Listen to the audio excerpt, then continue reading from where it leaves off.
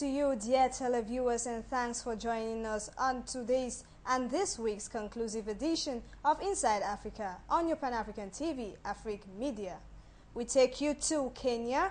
Hundreds of voters streamed polling stations in Matungulu constituency to elect their next member of parliament. Polling stations opened their doors as early as 6 a.m. I'm on. Okay. All right. Proceed to Madam.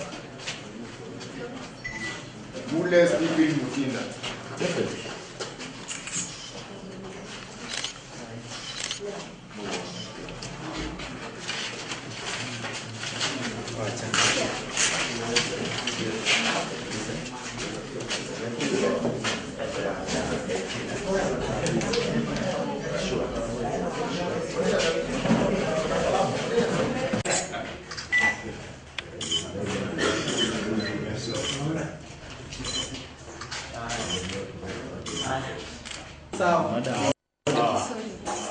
Madam. Also had this to say about the voting process and how different it is from what he experienced in the 4th of March. I'm very confident we are going to recapture our seat with a wide lead than last time. Other contestants in the race, that is Nax Moffat Maida, also cast his ballot early in the morning at about 7 o'clock, and that was at Wendano Catholic Church at a place called Kisukioni. Then there was also another competitor, perhaps one of the main challengers, against the incumbent at the moment, and that is Tom Musau of the New Democrats Party. He cast his vote at Ngulone Township Primary School, just on another corner of this constituency.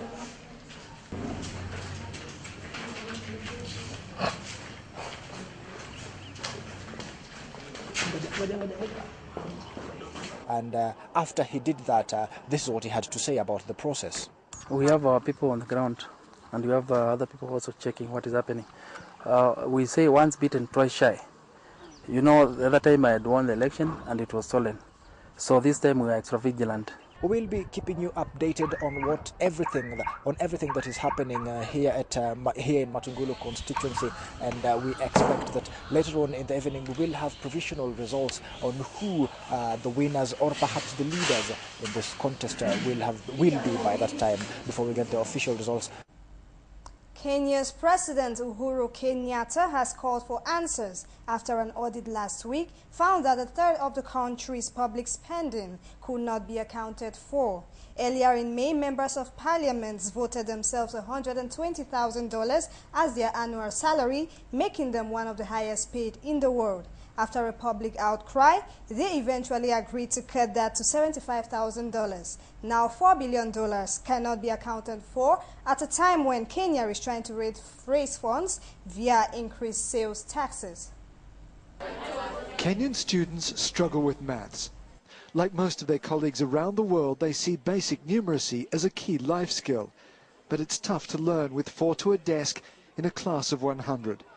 Education is one of the most underfunded departments in government here, but according to a report by the Auditor General, most ministries can't do their sums.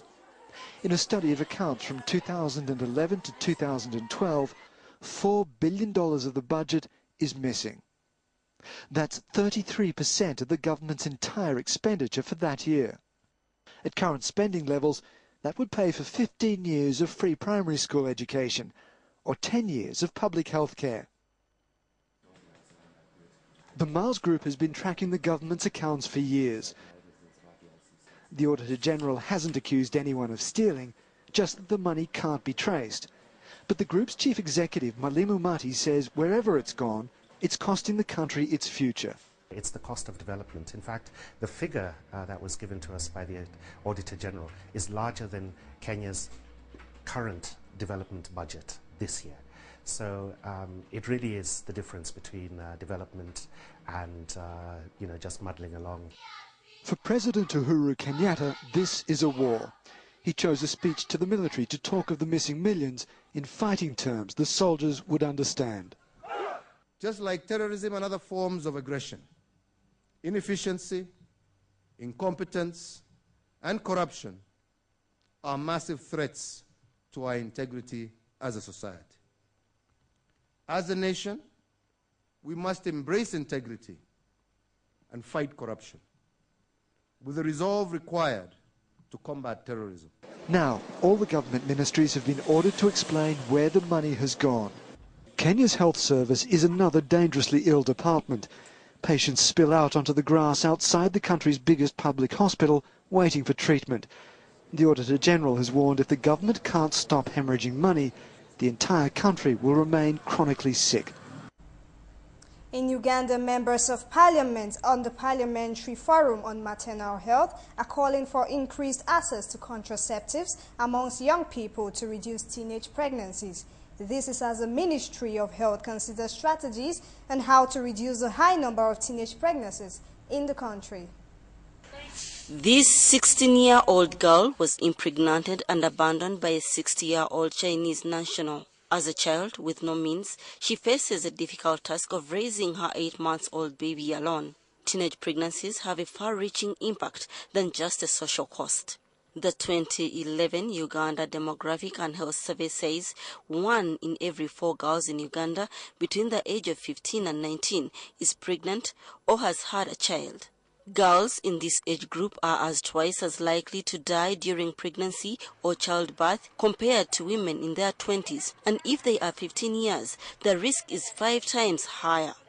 Pregnant adolescent girls are more susceptible to pregnancy and childbirth-related complications because they have not yet developed the physical maturity required for a healthy pregnancy. Now, as the country prepares to commemorate Safe Motherhood Day tomorrow, MPs on maternal health say the use of contraceptives among these sexually active age groups would help reverse the trend. It will help us to help the girls to have children when they have attained the age of 18, when their bodies can adequately contain these pregnancies and bring them to term. They also want the police to crack down on parents encouraging early marriages and sex offenders. The United Nations Population Fund, too, think more should be done to reduce the high levels of teenage pregnancies, even as sex education takes a hold in schools and a number of teenage centers are set up. And we need to look at game changers. What can we do differently to accelerate the reduction of maternal mortality and reduction of teenage pregnancy? It's a challenge for all of us. To improve overall safe motherhood, efforts also need to be directed towards having all pregnant women have access to skilled care at the time of birth and timely access to quality emergency obstetric care.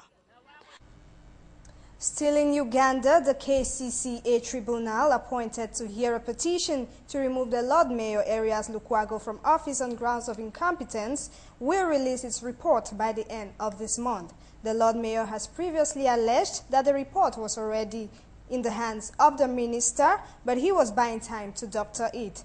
Tumwe Baze says the allegations are mere politicking. On 15th May 2013, 16 councillors filed a petition seeking the removal of Lukwago on grounds of abuse of office, incompetence and misconduct. After weighing the councillors' complaints, the minister in charge of Kampala Capital City Authority, Frank Tumwebaze, formed a tribunal to help iron out the allegations. The tribunal, which the Lord Mayor Erias Lukwago first challenged in court, led by Justice Catherine Bamugemereire, resolved that all the petitioners and KCCA leadership be cross-examined.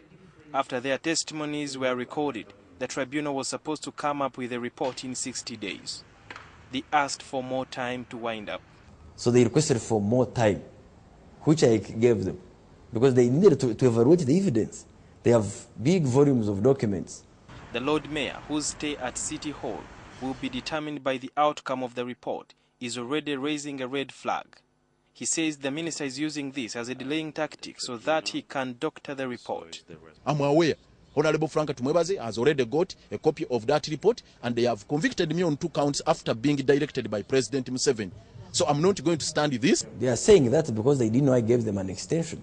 Why should you try to undermine the work of a professional body with your own political biases. Those are not politicians. In light of this, Tumwebaze believes there is need to amend the constitution to allow for a quick resolution to censure leaders, such that the leaders don't engage in endless quarrels. Yes, a matter should be resolved as fast as possible with an intention of not paralyzing work. In Egypt, the trial next month of ousted President Mohamed Morsi is expected to heighten political divisions in the volatile nation and test the credibility of Egypt's judicial system. Let's have more. The scales of justice are being readied to weigh the case of Egypt's ousted President Mohamed Morsi on November 4th. Mr. Morsi stands accused of inciting murder and violence during riots last year outside the presidential palace in Cairo. Other charges are pending. In a nation torn between supporters of his Muslim Brotherhood and backers of the new military-led government, the split is becoming ever more defined. Any Egyptian who has lived on Egypt's soil and drank from Egypt's Nile River and betrayed Egypt must be tried and executed. I think that these charges are all fabricated. And then there's the position of the accused himself. Veteran diplomat Abdullah al-Ashal advised Mr. Morsi during his presidency. Morsi is stuck to the idea that he is still the president and you don't accept the jurisdiction of the court. Al-Ashal sees the trial as purely political. His crime was that he is civilian and he dared to sit on the place of the military. Yet others defend Egypt's judiciary, noting that Mr. Morsi's predecessor, Old Guard President Hosni Mubarak, is also on trial. Political analyst Saadeddin Ibrahim says the judiciary is up to the task. The fact that there are trials and there are due process and that the accused, even though it is a president or a former president, will have his day in court, testifies to these two aspects. But unlike Mr. Mubarak's trial, it's not clear if Mr. Morsi's will be made public. Indications are the case could be heard in secret in Cairo's notorious Tora prison. And there seems to be no quick end to Egypt's cycle of protest, overthrow, and trial. At a recent rally against military leader General Abdel Fattah el-Sisi and the nation's interior minister, more cries for justice could be heard. Our demand is that anyone who has laid a hand on any other human being or any peaceful protests must be held to account. El-Sisi and Ibrahim or anyone who works for them. That's our first demand, to put on trial anyone who has killed. Such talk further stokes controversy around recent leaks denied by the government that el-Sisi has sought a protected position in his role as defense minister in the new draft constitution. We take you to East Africa, where 3 East African countries, Kenya, Uganda, and Rwanda, are working on a single tourist visa that will see them benefit from a common pool of tourists by marketing themselves as a single tourist destination, hence benefiting from economies of scale, conspicuously absent from the discussions at Tanzania and Burundi. By January 2014, tourists will only require a single visa to access Kenya, Uganda and Rwanda should recommendations in a joint agreement among the 3 states see the light of day. Travel facilitation is one hurdle in the tourism sector. Unless it's carefully dealt with, there are hurdles that make it difficult for travel, especially that impede the might desired growth in the tourism sector. The countries hope to leverage off each other's tourist visitor numbers and market themselves as a single tourist destination. This tripartite agreement stems from an initial infrastructure summit in June 2013 among heads of state of the 3 countries, in which Uganda was charged with the railway development, Kenya for electricity generation, and Rwanda for single tourist visa and identity card, all of which are economic enablers for the region. There have been a lot of active participation from the private sector and from the different institutions. So we feel confident that today we'll be able to come up with a clear roadmap on some of the quick wins that will ensure that once we have our single tourist visa tourism will benefit. Officials in Kenya are looking to the visa to help increase efficiency in the sector. Increased travel in the region will definitely make our economies more vibrant. This will also positively impact productivity in other sectors in the economy. In our next report, the Serena Hotel has been named Africa's leading hotel chain by the World Trove Awards. The event, which was held in Kenya for the first time, also saw the group win a total of 6 awards across the categories of offer. The top tourist board in the continent, while Sarova Stanley was named Kenya's leading hotels. Other winners included tour operator Twiga Towers. Now the awards seek to recognize outstanding contribution in the sector. Kenya's Tourism Board Managing Director Muridhi Ndegwa welcomed the award for the best tourism board and attributed the success to the effort of being absolute best in all aspects of marketing the country's offerings. Speaking to KTN's Business after the ceremony, Serena Hotel's Managing Director Mahmoud Jan Mohammed attributed the success to... I keep saying, and this is not what I say, it is what our customers say, is that, you know, we just don't concentrate on the hardware. Anyone can build a nice, beautiful hotel or lodge. We as a company over the last many years have invested in our software, which is our people. We spend a lot of money on training, development, and today, as you are perhaps aware, that we have no expatriates. Still on a general note, scientists and engineers in Africa have been challenged to come out with innovative research strategies that will produce applicable technology for mitigating the impact of climate change on the continent. The conference was convened at the instance of the Organization of Women in Science for the Developing World. Participating women scientists were from African countries including Ghana, Benin, Togo and Zimbabwe. In recent years, climate change has become an issue of global concern due to its adverse conditions affecting the environment, natural resources and human life. Discussions at the conference were therefore focused on issues relating to the impact of climate change in Africa and the role science and engineering can play to combat its disastrous consequences. The Burahafo Deputy Regional Minister, Mr. Justice Samuel Ejei, said climate change and its disastrous environmental effects are worrying, and he called on the participants to come out with innovative methodologies for resolving them. The Vice-Chancellor of the University of Energy and Natural Resources of Sunyani, Professor A.C. Ewa, said Ghana was put in bad light when the Melcom disaster occurred in Accra and they had to contract a foreign expert to come and help to manage the situation. She therefore hinted that a new course program would be established at the new university next year to produce the requisite manpower for containing disasters in the country. In the words of Dr. Letitia Obeng, a former director of the Institute of Aquatic Biology, it has been established that of all the Earth's resources, the most vulnerable to be affected by global climate change is water. Drastic shortages of water can make economic and social development unsustainable. And so, in our circumstance on this continent, we really have to worry over the changes that the climate change will bring and what it will do to our water budget and therefore to our agriculture.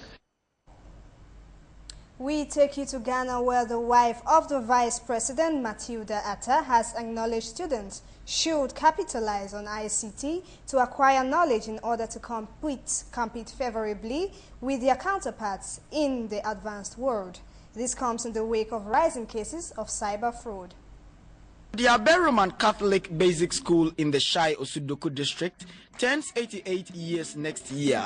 The mission school is the pride of Kodiabe, having churned out many prominent citizens of the area. Despite the good BECE results produced year after year, the school has an empty computer laboratory, making teaching and learning of ICT merely theoretical. But the fate of the about 500 pupils in Kodiabe RC Basic School is on the verge of change, as wife of the Vice President, Mrs. Matilda Emisa Arthur, worked hand in hand with the Ghana Investment Fund for Electronic Communication GIFEC to provide 10 computers and accessories to the school.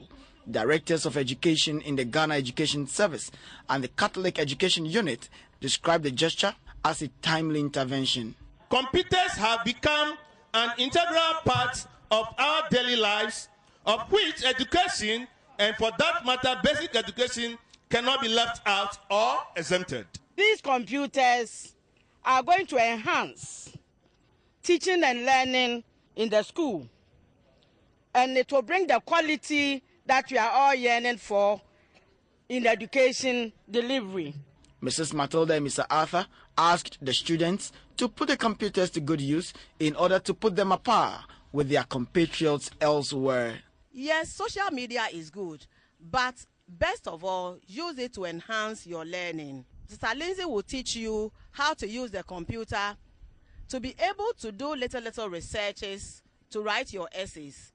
Those are the kind of things I'm urging you to use the computer for, to broaden your knowledge, to help you in your essays, to help you in your outlook, so that when you finish JSS and you go to SHS, you'll be one of those who know about computer.